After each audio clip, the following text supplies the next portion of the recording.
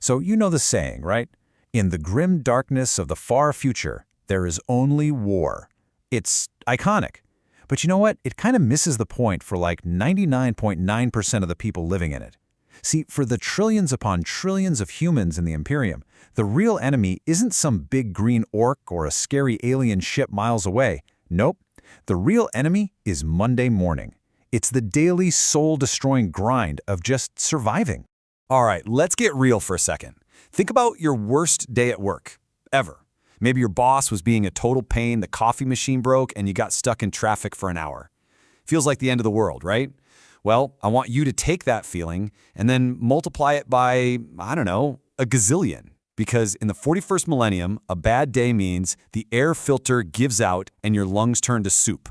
Or you trip and fall into a vat that turns you into lunch for the next shift. So yeah, today we're counting down the 5 absolute worst, most horrifying jobs you could possibly have on an Imperial Hive world. Trust me, you're going to feel way better about your 9 to 5 by the end of this. Okay, first you got to understand where these jobs even happen. Picture a planet, but you can't see any dirt or trees or oceans. It's all just city. One single planet-sized city called a hive. Think of it like a mountain made of rust and concrete, stabbing up into a sky that's probably green with pollution. Trillions of people are crammed in there. The fancy folks, they get to live up top, in the spires, where they can actually see the sun. But everybody else? Well, they're down below. Way below. In what's called the underhive. It's this endless, lightless maze of factories and slums where the air tastes like chemicals and the only thing you can count on is misery. That's where we're headed. And that brings us to our number 5 spot, kicking off our countdown of truly awful careers, the sump scavenger. So, if the underhive is already the bottom of the barrel, this job is what you find when you scrape through the bottom of the barrel and start digging into the radioactive dirt underneath. So think about it. In a city of trillions, where does all the gunk go?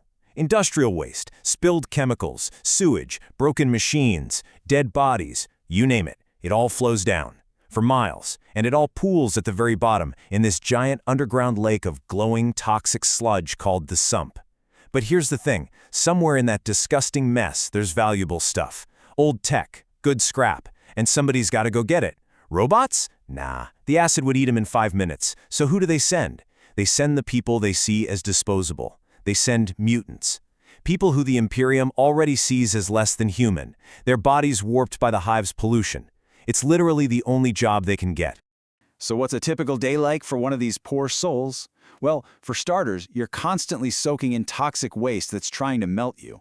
Your gear? It's basically trash that someone cobbled together, probably pulled off the last guy who didn't make it back. And you're not alone down there. Oh no, the sump is home to all sorts of things. Feral creatures and nasty predators that like living in poison. But the worst part? It's what the sump does to you. All that radiation and chemical goop, it speeds up your mutations. You can literally feel yourself warping into something new and horrible with every dive.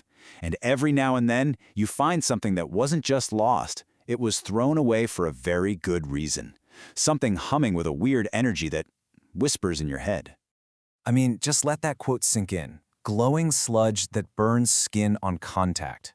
This isn't like swimming in a dirty pond. It's a chemical fire that you have to dive into. Every day, your job is to swim in poison that is actively trying to unmake you, surrounded by monsters that want to eat you, all so you can earn enough to eat a brick of nutrient paste and do it all over again the next day. Unbelievable. All right, moving on to number 4. If the sump scavenger's main enemy is the world around them, our next job makes it way more personal. Here, the horror isn't just the environment, it's the guy standing over you with a cattle prod. Because your life, it's not just cheap, it's not even yours. Your property. You are a rogue factorious slave. Okay, so in the Imperium, technology is basically a religion, right? And the tech priests of the Adeptus Mechanicus are the only ones allowed to make stuff. But of course, there's a black market for all the illegal, forbidden gadgets, run by rogue tech priests called heretics. And these guys, they need workers who won't talk. So they get them the easy way. They kidnap them. Owe the wrong guy money? Get grabbed on your way home? Boom, that's it. You're now a slave in a secret factory building things that are so illegal they could get a whole planet destroyed. And the workshop itself is a death trap. The machines are all illegal, unstable junk that could explode at any second. You're handling parts that are, well, they're tainted by pure evil. They whisper to you while you work. There's radiation leaking everywhere, warp energy making the air shimmer. But honestly, the biggest threat is the boss. You mess up, you drop something, you're not getting fired. Oh no, you become raw material. They'll literally melt you down and use your body fat as lubricant to keep the machines going. You don't just get replaced, you get recycled. So you see the difference here, right? The Sum Scavenger is fighting the environment, this toxic world that wants to dissolve them. But the Factorious Slave? Their enemy is a person, a master who sees them as just another cog in the machine. But here's the kicker, the real no-win scenario. Let's say you survive the explosions, the whispers, the master. Eventually, the Inquisition is going to find your little illegal workshop, and they're not going to rescue you. They'll just see a factory full of heretics and burn the whole place down with you inside. Your best-case scenario is getting incinerated by holy fire. Just wow. Okay, at number 3, we've got a job that almost sounds respectable. The Dome Seal Maintenance Worker. See? Sounds like a skilled tradesperson, right? You're not a slave, you're not a scavenger, you're a technician keeping the city safe. Except, it's a complete lie.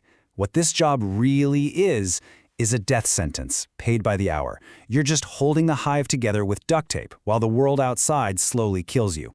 See, the air outside most hive worlds is pure poison. Like one breath and you're dead. The only thing keeping everybody inside alive is the outer shell of the city. The problem is, that shell is thousands of years old and it's falling apart. It's cracking, it's groaning, it's leaking, and your job is to go out there into these tiny, cramped tunnels on the very skin of the hive and patch the holes. You're literally the only thing between trillions of people and a toxic apocalypse. You're not a technician, you're a human Band-Aid. 2 to 3 years, that's it. That is your life expectancy. The moment you take this job, the clock starts ticking. Because with every single shift, you're breathing in tiny bits of that poisonous atmosphere. Microscopic particles of acid rain, toxic ash, radiation. It all gets in. Your suit is basically for show. It doesn't actually protect you, it just keeps you alive long enough for your boss to get his money's worth before your insides turn to mush from all the cancers and organ failure. But wait, it gets so much worse. This is the part that just sends a chill down your spine. Let's say a big crack opens up while you're out there. A major breach. The hive's safety systems kick in instantly. Giant metal doors slam shut to seal off that section and save the rest of the city. No rescue team, they don't even bother sounding an alarm for you. You're just locked in, trapped, left to die in the very poison you were fighting to keep out. The system you give your life to protect will sacrifice you without a second thought. And here we are, the number 2 spot, our runner-up for the worst job in the 41st millennium. With all the others, the suffering was sort of a side effect of the work, right? Well, not this one. Oh no. For this job, your pain isn't a byproduct. It is the product. Your agony is literally the point of the whole exercise. Let's talk about the pit slave. So the rich folks up in the spires get bored and they want to see a good fight. But this is Warhammer 40K, so a good fight gets turned up to 11. First they get you. Maybe you owe money, maybe you just get snatched. Doesn't matter. Then the fun begins. They take you to a workshop and start upgrading you. And by that I mean they start sawing off your limbs and bolting weapons on instead. And they do it without any anesthetic, because apparently your screaming is just part of the show. After that, they pump you full of combat drugs to make you angry and fearless, erase who you were, and then they throw you in a pit to kill or be killed for sport. Yeah, just read that. They're not giving you a sword to hold. They are taking away your hand and replacing it with a frickin' chain blade, bolting a giant metal claw straight to your arm bones. At that point, you're not a person anymore, are you? You're not a fighter holding a weapon. You are the weapon, a walking, screaming piece of violent machinery. And there's no happy ending here. There's no winning your freedom. It's a perfect loop of misery. If you win a fight, what's your prize? You get to live long enough to have another fight. And hey, maybe they'll reward you with some more painful surgery to bolt on a bigger weapon. And if you lose, well, they drag your corpse off the floor, saw off the expensive weapon limbs to use on the next guy, and toss the rest of you into a grinder. Winning is just delaying the inevitable. It's horrible. So, we've had toxic sludge, slavery, slow poisoning, and being turned into a living weapon. What could possibly be worse? You'd think we've hit the bottom.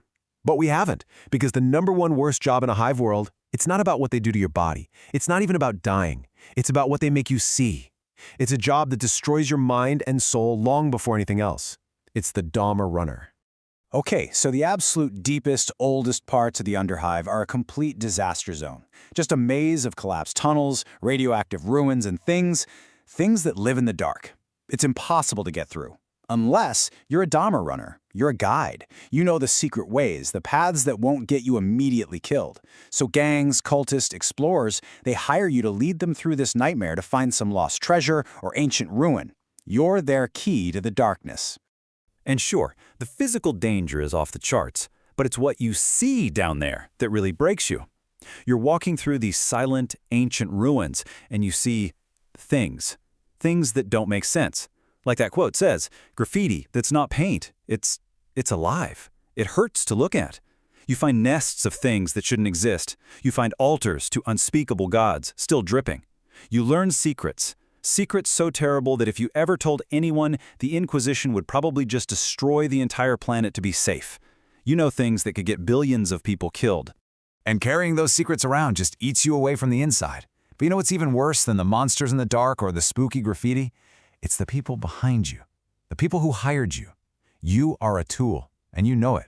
You know for a fact that the moment you've shown them the way, the moment you are no longer useful, they're going to kill you. Why would they leave a witness? Why would they share the loot? So every single second of the journey, you're not just looking ahead for monsters. You're listening to the footsteps behind you, waiting for the click of a gun. That paranoia will kill your spirit long before anything else gets the chance. So there you have it, a quick tour through 5 different kinds of hell. But it raises a pretty big question, right? Why? Why do these jobs even exist? What's the point of all this horror? Well, here's the really grim part. These jobs, they aren't mistakes.